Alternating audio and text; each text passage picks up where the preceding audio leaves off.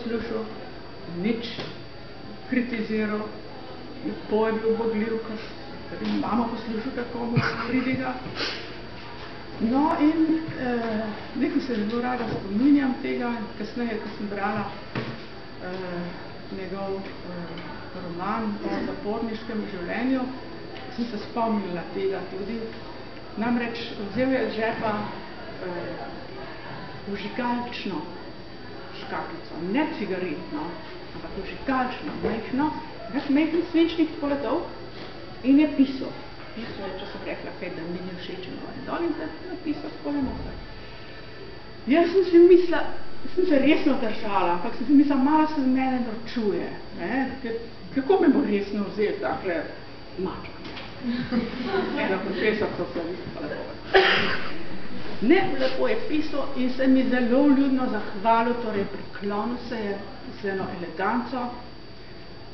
Tako da sem bila kar očarana, moram reči, nisem pričakovala, ker smo mi pač strašili tukaj na fakulteti kolegi, ne. No, skratka, to je bilo to. In sva se prešla. Ja, rekel mi je, če bi mu jaz pomagala to se pravi. Ne pisati pa nisem, to pa težko. Ampak kolega njegov mi je čez leta potem rekel, mislim, da je bil en urednikov tam pri izdaji te knjige Komedija človeškega tkiva, ki je šla 1980. leta, je rekel tistemu kolegu Zupan, vidiš, pa je rekla, da ne bo prišla. Pa je rekla. No, ampak kaj? Tistih stavkov ni bilo več.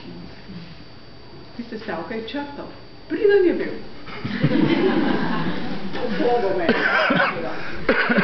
No, to je to zelo prijeten dogodek, nepozaben seveda. No, in zdaj v teh dveh letih, lansko leto in letos, pride pa na dan njegova poezija. Njegova poezija, to je samo en del 7 kosov je, 7 let, ne, Ifigenija, pozdravljena. 7 let, to je cel paket, pretežek, da bi ga vsega prinesla.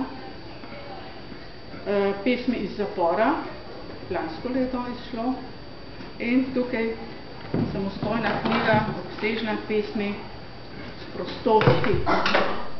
Pesmi s prostosti, pod narekovajem je napisan ta prostost, ker